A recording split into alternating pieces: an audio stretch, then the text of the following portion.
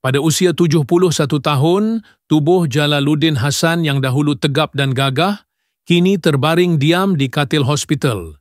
Di bilik bernombor 407, suasana sunyi menyelimuti setiap inci ruang. Hanya bunyi mesin bantuan pernafasan yang menemani nafasnya yang tenat. Namun, bagi seluruh negara dan bagi dunia seni tanah air, detik-detik ini bagaikan helaian terakhir sebuah kitab agung yang tak tergantikan. Kisah hidup seorang legenda. Jalaluddin Hasan bukan sekadar seorang pelakon. Dia adalah lambang keunggulan, keteguhan jiwa, dan keindahan bahasa Melayu yang ditutur dengan pesona dan wibawa. Namanya tidak pernah tenggelam, biarpun zaman berubah, generasi silih berganti. Layar perak, pentas teater, kaca televisyen, semuanya pernah menyaksikan sinarnya. Kini, ketika beliau terlantar koma, setiap doa yang dibisik rakyat Malaysia bagai cahaya kecil yang berkumpul, membentuk sinar besar harapan agar beliau kembali membuka mata. Kisah Jalaluddin bermula jauh sebelum glamor, sebelum cahaya lampu sorot menyentuh wajahnya. Anak kelahiran setapak ini dibesarkan dalam suasana penuh disiplin dan kasih sayang. Ayahandanya, seorang guru, dan ibunya seorang wanita tabah yang mendidik Jalaluddin serta adik-beradiknya dengan penuh ketegasan dan nilai murni. Tidak hairanlah ketika Jalaluddin memasuki dunia seni, dia membawa bersama dirinya prinsip dan maruah yang jarang ditemui pada masa kini. Sejak mula kemunculannya dalam dunia lakonan pada era 80-an, Jalaluddin mencuri perhatian bukan hanya dengan raut wajahnya yang karismatik, tetapi juga dengan intonasi suara dan penghayatan watak yang luar biasa. Dia tidak sekadar berlakon, dia hidup dalam watak. Dalam drama Cinta Luhur, penonton masih ingat tangisan tulusnya sebagai bapa yang kehilangan anak. Dalam filem Langit Biru, lakonannya sebagai seorang guru tua yang berjuang demi anak-anak desa masih kekal dalam ingatan.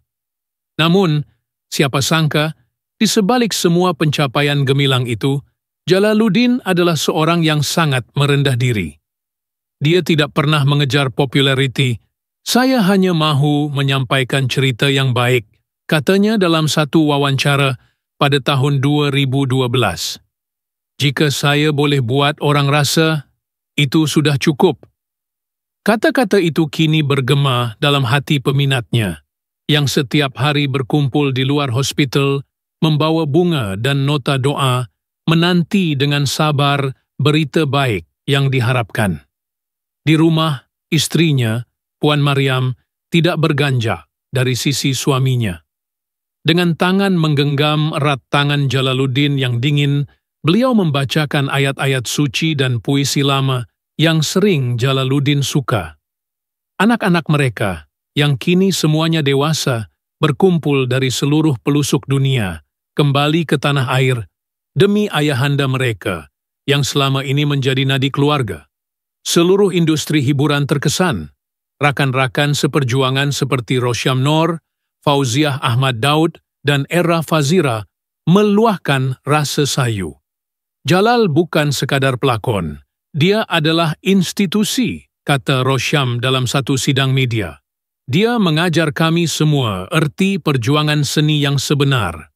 Ketika berita mengenai keadaannya tersebar, media sosial dibanjiri dengan ucapan dan kenangan. Ada yang berkongsi video lama Jalaluddin mengacarakan rancangan Who Wants to Be a Millionaire, lengkap dengan gaya elegan dan senyumannya yang ikhlas. Ada juga yang memuat naik klip lakonannya dalam drama-drama klasik RTM dengan caption seperti "Inilah seni sejati". Ada pula yang hanya menulis, "Bangunlah Tuan Jalal, kami masih perlukan suaramu". Bagi para pelajar seni dan teater, nama Jalaluddin adalah silibus tidak rasmi. Dia dijadikan contoh, bukan hanya dari segi teknik lakonan, tetapi dari segi disiplin kerja, penghormatan terhadap naskah, dan tanggung jawab sosial sebagai seorang anak seni. Dalam salah satu kuliah terbukanya di Aswara, beliau pernah berkata, Seni itu bukan untuk menunjuk, tapi untuk menyentuh. Kalau ia tidak menyentuh jiwa, maka ia hanya kosong. Kini, semua kata-katanya menjadi mutiara yang dikutip kembali. Di pelbagai institusi, doa dibacakan. Sekolah-sekolah menganjurkan bacaan Yasin. Sebuah universiti menayangkan retrospektif film dan drama Jalaluddin selama seminggu. Dan di stesen-stesen TV, rancangan-rancangan yang pernah dibintanginya kembali disiarkan, bukan sekadar sebagai hiburan, tetapi sebagai penghormatan. Seorang wartawan muda menulis di ruangan khas, "Kami membesar bersama suara beliau. Kami belajar tentang kasih sayang, pengorbanan, dan nilai kehidupan melalui watak-wataknya. Jalaluddin Hasan adalah suara hati kami yang tidak pernah tenggelam. Namun, detik-detik berlalu dengan perlahan. Di hospital, dokter hanya mampu memberikan rawatan terbaik. Jalaluddin masih koma. Tiada siapa yang tahu apakah dia dapat membuka mata semula. Tetapi semua tahu, sama ada beliau bangkit atau tidak, nama Jalaluddin Hasan sudah pun tertulis dalam sejarah seni dan budaya negara dengan tinta emas. Dan dalam keheningan malam, saat lampu kota Kuala Lumpur berkelip perlahan, seorang lelaki tua terbaring dalam diam, tetapi jiwanya masih bergema di seluruh tanah air. Kerana seorang legenda tidak pernah benar-benar pergi. Ia hidup dalam kenangan, dalam karya, dan dalam hati rakyat yang mencintainya. Jalaluddin Hasan bukan nama yang asing dalam dunia hiburan Malaysia, tetapi apa yang menjadikannya luar biasa bukan sekadar jumlah watak yang pernah dibawanya atau anugerah yang telah diterimanya, tetapi jejak perjalanan hidupnya yang penuh lapisan dan cerita tersembunyi menunggu untuk dikupas satu demi satu. Dilahirkan dalam sebuah keluarga yang bukan calang-calang, Jalaluddin merupakan anak kepada Haji Hasan Azhari, seorang tokoh agama tersohor yang wajah dan suaranya pernah menghiasi siaran pengajian Al-Quran di televisyen nasional. Dari kecil, Jalaluddin telah diasuh dalam suasana yang sangat berdisiplin, penuh dengan ilmu dan nilai ketuhanan. Namun siapa sangka, darah seni yang mengalir dalam dirinya akhirnya menemukan jalannya sendiri? Bertubuh tegap, bermata tajam, dan memiliki suara yang dalam serta penuh kawalan. Jalaluddin mula mencuri perhatian ramai sejak awal kemunculannya. Namun, bukan itu yang membuat ramai tidak dapat melupakan kehadirannya.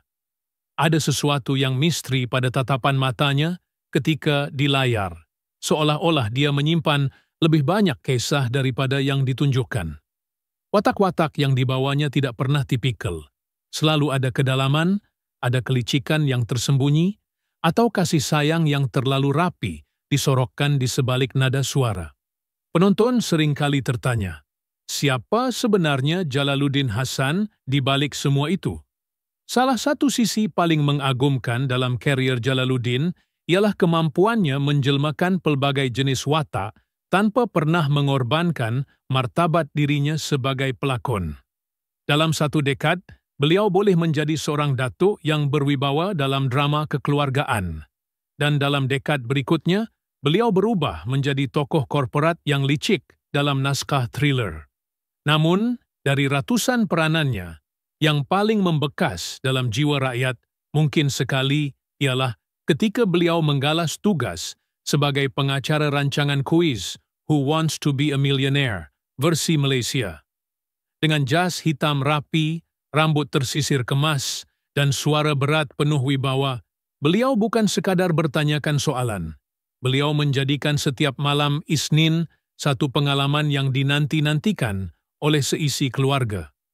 Kata-kata ikonik seperti "itu jawapan muktamad" menjadi sebahagian daripada budaya pop negara dan tidak ramai menyedari betapa dalamnya persiapan dan latihan beliau demi memastikan persembahannya kekal sempurna dari segi nada, tempo, dan tata bahasa. Jalaluddin, dalam peranannya sebagai pengacara, tidak hanya memandu rancangan, Beliau memimpin penonton ke satu dunia penuh teka-teki, intelek, dan ketegangan yang elegan. Namun di sebalik ketenangan dan keyakinan itu, Jalaluddin adalah seorang lelaki yang cukup menjaga kehidupan pribadinya. Sangat jarang kita melihatnya terbabit dalam kontroversi. Apatah lagi terlibat dalam gosip yang melingkari dunia selebriti. Beliau tidak menjerit untuk perhatian, tidak bersaing secara murahan untuk relevan. Sebaliknya, beliau berjalan tenang, penuh gaya, dan tetap menjadi pusat perhatian tanpa perlu cuba.